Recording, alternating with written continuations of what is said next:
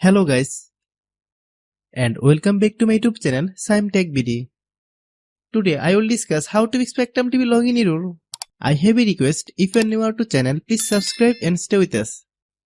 Click Settings, click Apps, click App Management,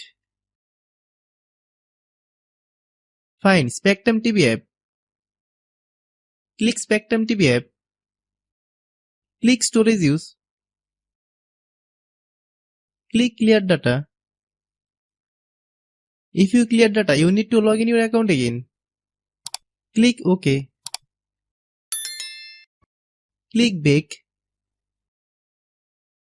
Click Force Stop.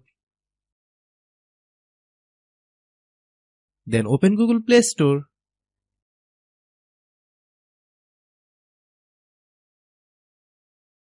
Click Search bar, then type Spectrum TV. Click Spectrum TV.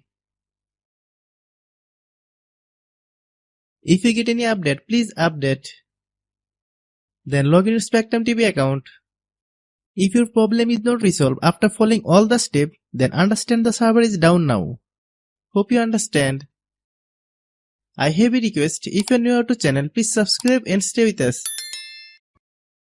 By watching my tutorial for more tech videos, you can subscribe.